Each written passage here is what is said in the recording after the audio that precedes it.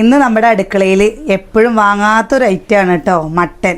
അതുണ്ടാക്കാൻ വേണ്ടിയിട്ട് ഇതാ ഉണക്കമുളക്, മല്ലി, കുരുമുളക് ഇതൊന്ന് നല്ലപോലെ വറുത്തെടുക്കട്ടെ.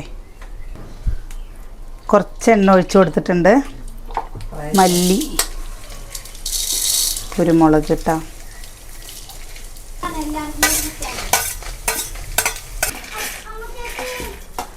വെക്കുന്ന മൺചട്ടി പൊട്ടിപ്പോയിട്ടോ. മഞ്ഞപ്പൊടി ഇട്ടിട്ടുണ്ട്. ഇതാ നമ്മുടെ അരപ്പും കൂടി ഒഴിച്ചു കൊടുക്കും. ഉപ്പും കൂടി ഇട്ട് കൊടുക്കണ്ടേ. ഇഞ്ചിയും വെളുത്തുള്ളി ചതച്ചത്, ഉള്ളി, ഇത് വെളിച്ചെണ്ണ കുറച്ച് ഒഴിച്ചു കൊടുക്കുന്നുണ്ട്. കുറച്ച് അരപ്പ് വെള്ളം ഒഴിച്ചിട്ട് ഇത് അടുപ്പത്ത് വെച്ച് കൊടുക്കണ്ടേ.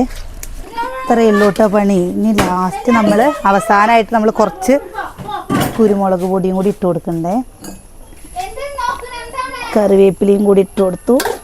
നമ്മുടെ കറി ആയിട്ടോ.